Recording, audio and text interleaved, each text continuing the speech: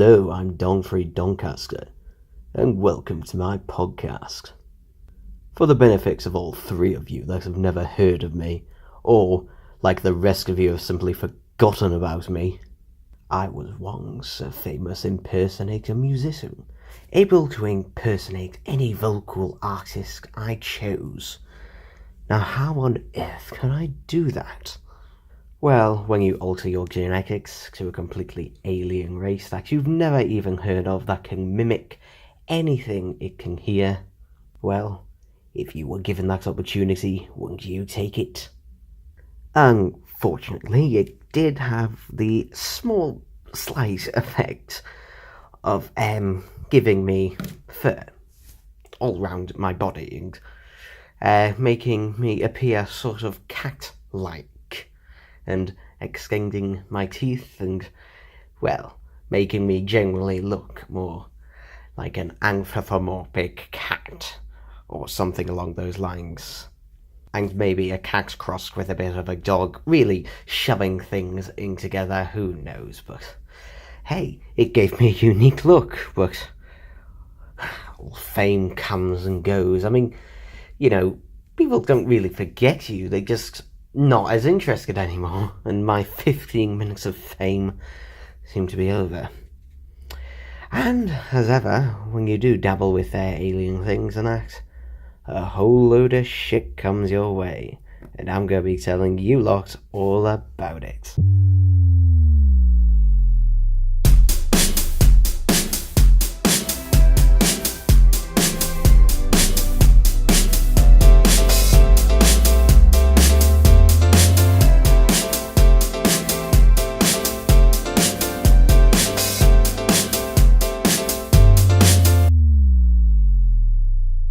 Now, am I ungrateful for the life I have? No, I'm very happy, I'm very comfortable where I am, but, something's got to pay these bills.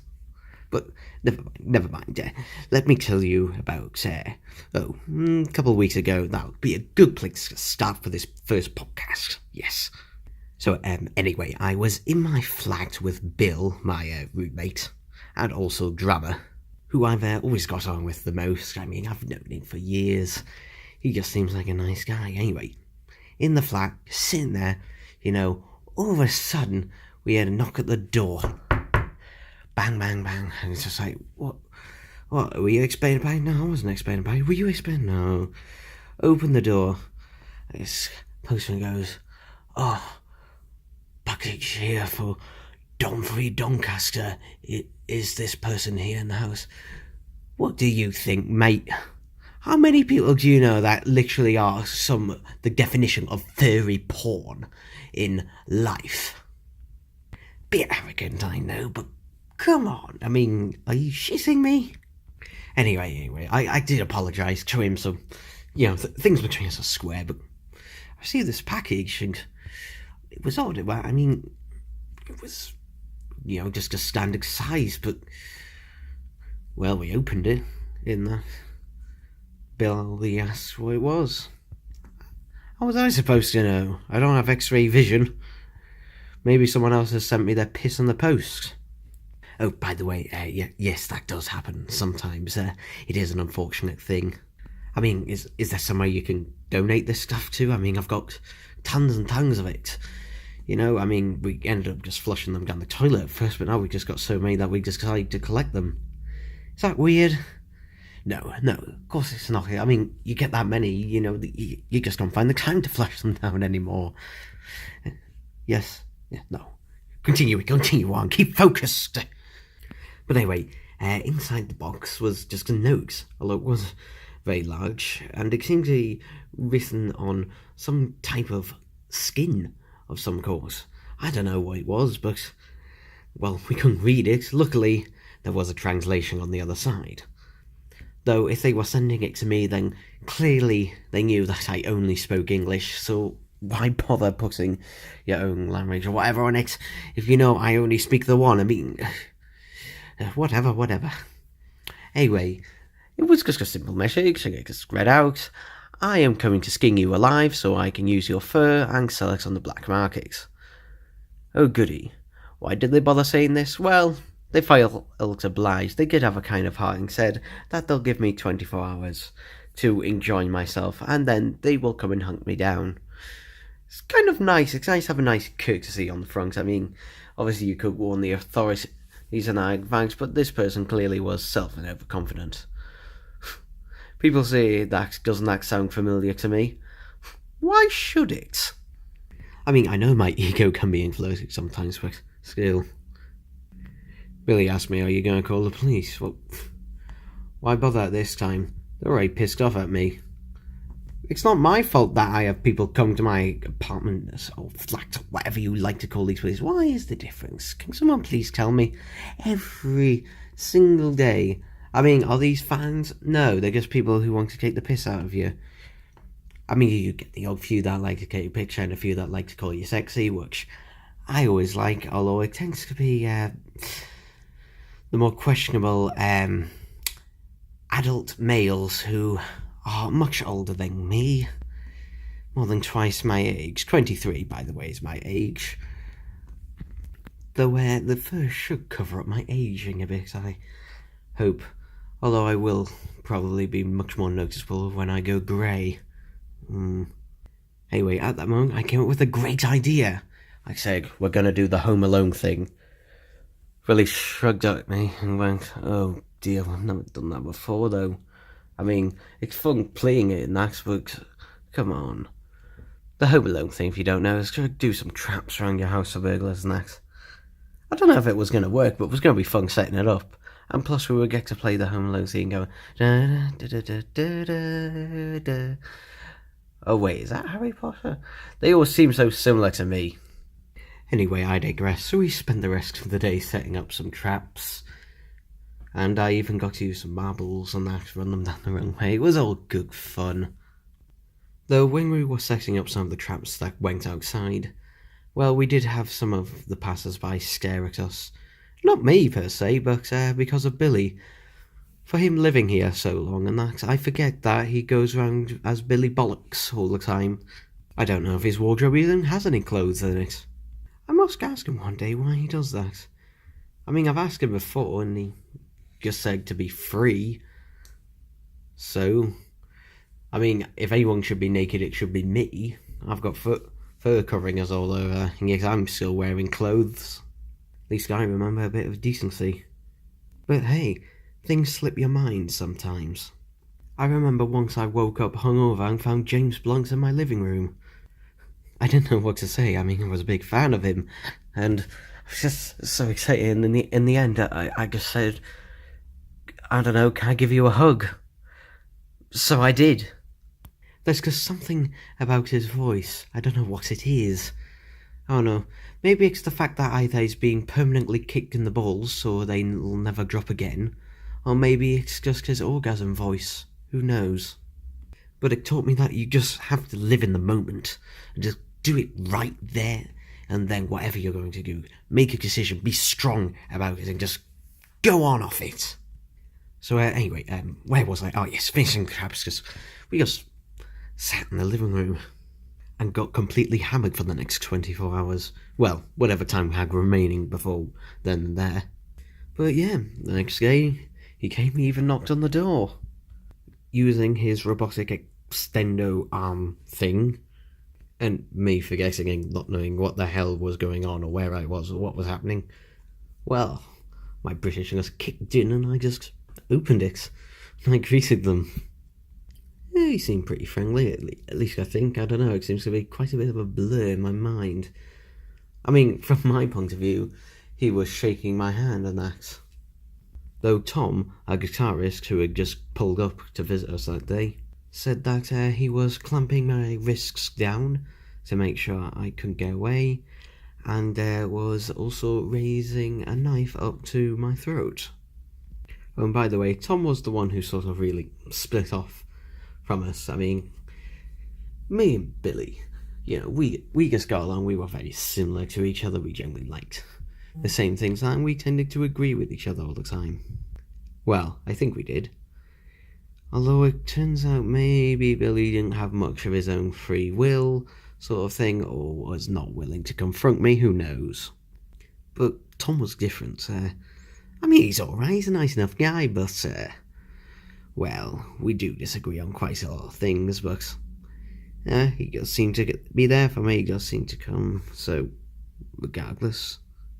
Anyway, Tom grabbed a blowtorch that we'd left hanging out the window. We hadn't properly attached it, and, well, set him alight. I mean, who this guy was, who his amount young I was, and that, but I did find it flattering, the fact that my foe was so luxurious and so wanted after that he was willing to come find me in broad daylight to come and skin me alive. I mean, if we are going to die, at least it's, for flattery purposes and that you will sort of be remembered in some way, so not a bad way, I'd say. Until I found out later that I was going to be made into some luxury underwear. Maybe not the most dignified and not exactly luxurious. I had imagined myself as a lovely coat, or an expensive rug for a mansion or log cabin, but this, come on. Give me a bit more dignity at least, please. Actually, I think Tom's right. I seem to be becoming less aggressive as this podcast goes on. It was Tom's idea I did the podcast, by the way. I mean, I keep getting annoyed seeing that I, don't get the attention that I got before, and he suggested I do this. Maybe I should apologise to him, because in my state, I hit him a bit, and I'm sorry, Tom. I'm really sorry. But I'm just sorry. Okay? After Tom took care of some bounty hunter and for saving my life and apologising, or at least I should have been apologising for hitting him for unknown reasons. Again, mind blur, da-da-da-da-da. He told me that he got a gig in a small pub. Up in Leeds, he said. Leeds? Leeds, I mean, come on, Leeds. I live in Gateshead. I mean, Leeds, that's just such a way away. Looks like an hour and a half, 2 hours drive. And how much were we getting paid for this? 100 quid. 100 quid each. Now that is the way to do it. And yes, I know that might seem like a fairly small amount, and how could this pub afford it? Well, apparently, I don't know, some football or something had endorsed it or something or other, but it wanted something else, and hey, I come across cheaply now. Their choice of songs that they'd chosen for us to sing, or for me to sing, for them to play, well, they didn't seem to have a cohesive pattern. They wanted SOS by Take That, which obviously is a little bit more difficult for me because I have to switch vocals midway. And by the way I prepare is I listen to the songs and then I'm able to perfectly mimic them.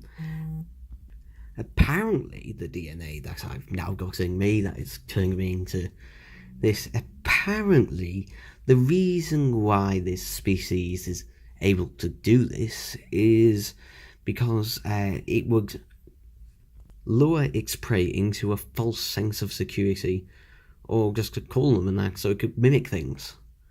I mean, obviously, me not being able to actually sing, perfect. Because I can't. Like I say, it's just a mimic thing. Whoever's voicing that and copying it already has to exist. Their words have to exist, or I have to be able to hear it in my mind. I have to visualise and think it and hear it. It's a complicated process that just involves me listening to stuff like that on hours on end. Anyway, I was listening to that on the way there. They'd also asked for some songs by Tiny Temper featuring various artists.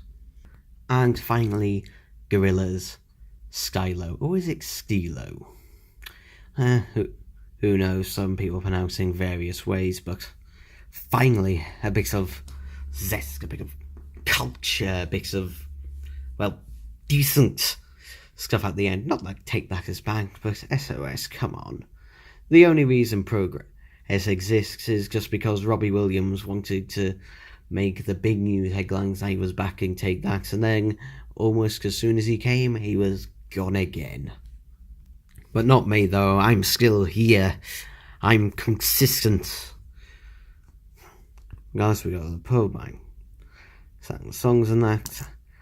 And something a bit unexpected happened. Marvis was there and he came to us. Now, Marvis, he was the weird person that gave me this DNA and accent. He was never quite clear on the reasons why, but regardless, he was there. I mean, I hadn't seen him in at least 3 months and that. But we told him about the bounty hunter and that, and why my thing was going to be used and that. And he told me that that would just be the beginning. Things were now escalating. I'd been like this for just about a year now, or just over, so I was finally starting to be noticed. I mean, come on, I could mimic anyone's voice and have the brain capacity and that to be able to do this as well, so I would be a perfect weapon in some weird way, apparently. Like, for example, if something was voice activated, I could mimic the voice perfectly, whether it be male or female. Either the good or the bad could use me, and apparently the good or the, I don't know, people protectors universe bollocks wanted to use me to do some good into tricking terrorists and that throughout the universe. Now, obviously, that's a big decision for anyone, to go off and do that. I mean, maybe I should have been a bit more like-minded, and maybe I should have thought about things, but I did agree, but it's only on one condition: that my band could come with me. Billy, I knew, would come, and that regardless. He follows me around like a sheepdog, but I don't know, maybe I should have consulted Tom on this. His righteous side did seem to want to, but also there was some resentment. I mean, I basically just walked him into it. I mean, apparently, in Earth terms, this place was called USP, or Universal Security Protectors. Something along those lines. But anyway, he managed to teleport us there, and the first thing that these security protector people wanted to do was try and find out where that bounty hunter came from and who sent for him. Because obviously, he was just the bounty hunter. I doubt he was going to make the product himself. I don't know, maybe he could. And if he was, who was he going to sell it to? Tom also had a bit of slight concern, considering he barbecued him to a crisp. He wasn't dead, but he was, well, he wasn't dead. Though he won't be talking anytime soon, or possibly ever. So they analysed what was left of what he was wearing, as well as the note, which was now fairly sticky off some substance and that. I don't know, something on the coffee table. I don't know why it's called that. I mean, I don't drink coffee, so why call it a coffee table? It doesn't have any coffee on it ever. I mean, I don't know, if Billy drinks coffee, I never see him do it. And Tom, well, I can just imagine him now in a Costa or a Starbucks, looking like a right hipster douchebag. No, stop. Gotta be nice. Gotta be nicer. Maybe it's also the fact that my heart seems to be beating faster now. Don't know, I seem to have a drink or anything to relax everything I go out here. And things just don't seem right. Anyway, this place's forensic seemed like deep scans and that, tested to see, where this Payos and that had come from, and that, where this person had managed to get all his stuff from. And apparently it had come from some rich multi-millionaire in Earth terms called Madame Capri-Sun. Of course, my reaction was, Madame Capri-Sun. Oh, yes. Let me guess, everything she makes is now with no artificial flavours? Apparently not. She was a big fashion designer who was made famous for the rare and also unusual materials she used. Well, obviously, she used me. Well, very rare and very unusual. It's nice feeling unique and being one of a kind. Anyway, the plan was for me to imitate the bounty hunter's voice and for us to get access. And once in there, they were going to storm the place and arrest her. Yeah, seems simple enough. I did ask the obvious question, do we get paid? And apparently, so called for being universal, that these people were very privately funded. Oh, by the way, I just realised I haven't described them. Well, to be honest, it's weird, they look human. Yeah, I know. It's weird, it's like in, every sci-fi TV show. If it's not animated, if it's live action, then they're always generally human or humanoid to save on the budget. But no, it turns out it seems to be true in that. Well, I guess when you get a design right, you run with it, I guess. And it turns out the bounty hunter was also humanoid. But not this fashion designer. Capri-Sun. No, she was like a massive elephant. In some ways, green. With big pulsating pink eyeballs that were very veiny. With a lilac iris. Apparently those eyeballs weren't actually hers. She'd got them from, she said, a mutual benefactor. Really. Anyway, it all seemed to go, and I made an imitation of the bounty hunter's voice, at least what I could remember, and we got in.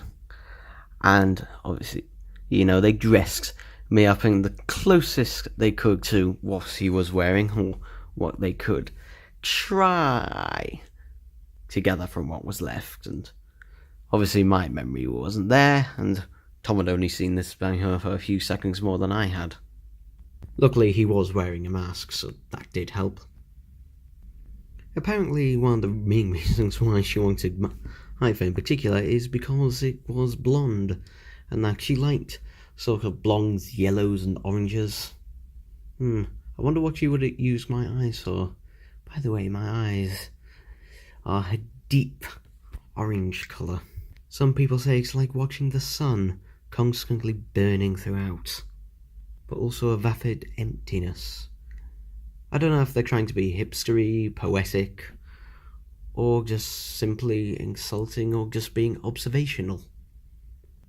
I was only in her quarters and that for about 5 minutes before Officer Barbrady and his bunch came in.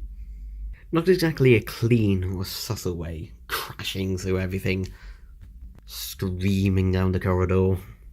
Honestly, if USP hadn't have outnumbered the opposition, then I imagine I wouldn't be talking in this right now. But hey, there we go. Luckily, I wasn't involved in any of the paperwork process. If you think you got it on Earth bad, then just wait until you get out here. There are more papers on dealing with arrests than Amazon or Google have on tax evasion. But that's it. I mean, what else can I say? Obviously, I could say loads more. I could go on all day, all hours. Oh, yes, I could. But better save this, better spread it out and that.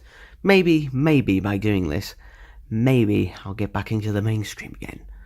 Maybe I'll finally be noticed again, finally recognised again. I haven't gone completely, but I'm on a slippery slope down and I don't seem to be able to get myself back up again. The novelty of me looking like me and being me seems to wear off pretty quickly. Especially when you can't really do anything original. Just either cheap novelty or standing for the real thing. Which can be depressing. To think that I'm not a person anymore, I'm just a novelty. Just a plaything, just a slight amusement for the time, and then until you get to the professional or the gold standard of something. It can really put you down sometimes. But regardless, I'm Donfrey Doncaster, and this is my podcast.